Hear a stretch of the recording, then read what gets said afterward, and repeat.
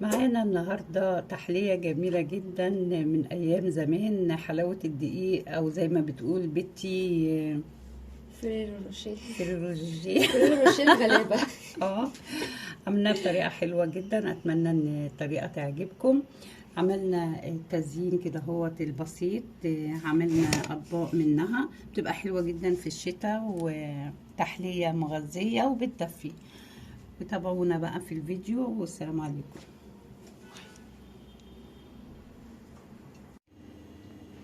يسعد صباحكم جميعا. النهاردة معايا تحلية بدون فرن وبدون تعب، وتحلية من أيام الزمن الجميل. هنعمله النهاردة حلاوة الدقيق أو سد الحنك.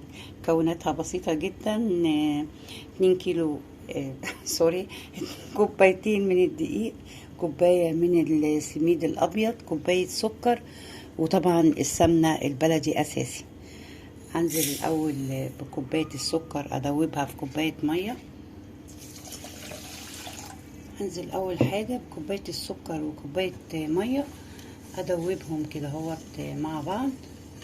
حلاوه الدقيق، او زي ما بيقولوا في اماكن كتير سد الحنك، كانت من الحاجات الحلوه من ايام زمان قبل ما يتداول بقى الوصفات الغربي والحاجات دهيت، وخصوصا في ايام الشتاء والبرد القارس كان اهالينا واجدادنا على طول يعملوها.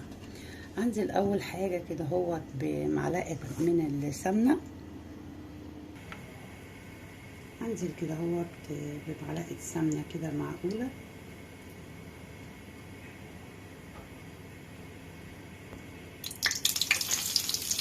انزل باول كوبايه من الدقيق،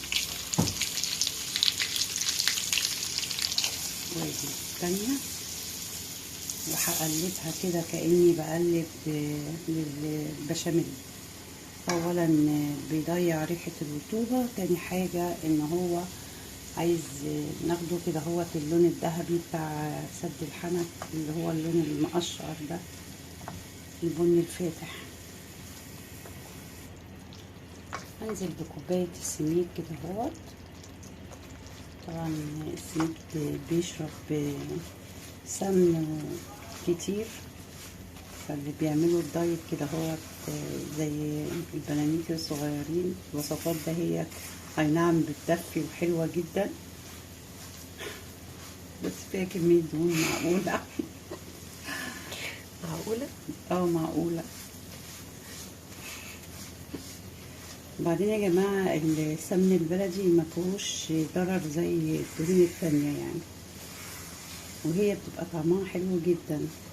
افضل كده هو ان انا اقلبها لغايه ما تديني اللون البني الفاتح الاشقر الجميل ده. انزل بالميه اللي دوبتها في اول الفيديو، اللي هي ميه بسكر.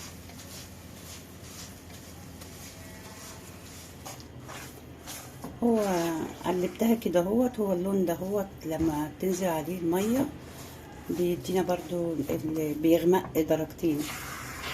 لازم طبعا بناخدوها تقليبه كده وما تمليش وتزهقي.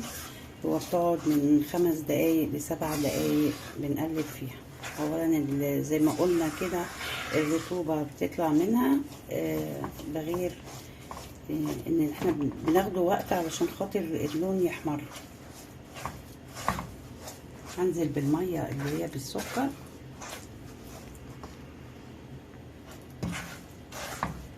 يمكن لون الكاميرا مش جايباها كويس، يمكن اهوت انا عايزة نفس اللون ده اهو. خلصت كده تقليب، وانزل بقى بكوبايه السكر مع اللي دوبتها في كوبايه ميه، وافضل برضو اقلب فيها.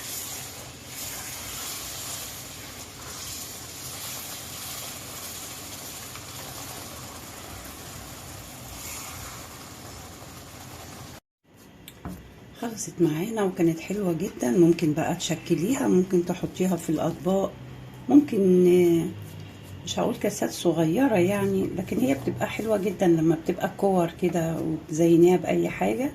تبرد معاكي شويه وشكليها زي ما انت عايزه. النهاردة كانت معانا حاجة من الزمن الجميل فعلا، زمن أمهاتنا وأجدادنا. وطريقة سهلة جدا. وتخلي بالك وانتي بتحمري كده هو تستهدى منك شوية، وصبعيها زي ما انت عايزة او شكليها زي ما انت عايزة. التزيين في ايدك، عندك شوية مكسرات تعملي كور كده وتقدميها لولادك لحبايبك كلهم. تستهدى شوية واعملها بقى ايه زي ما قلنا كده هو، نكوروها كده مع بعض. بردت معانا كده اهوت، وعندي ورق التزيين بنفس الطريقة كده اهوت. هروح حطها على اي نوع مكسرات عندك، بندق مجروش، سوداني، اي حاجة كده اهوت.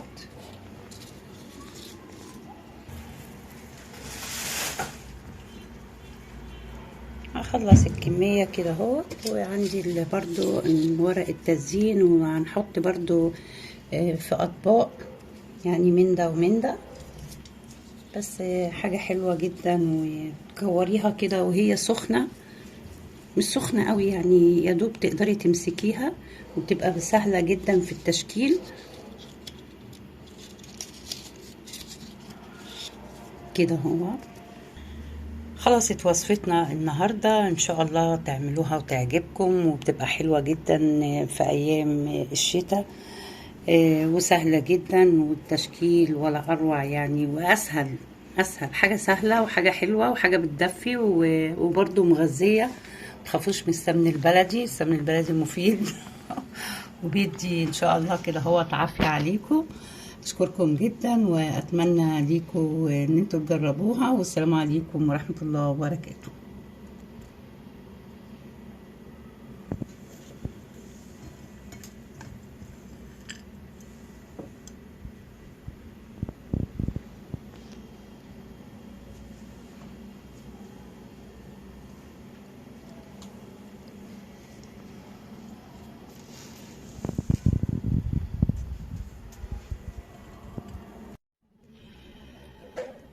معانا النهاردة تحلية جميلة جدا من أيام زمان، حلاوة الدقيق، أو زي ما بتقول بنتي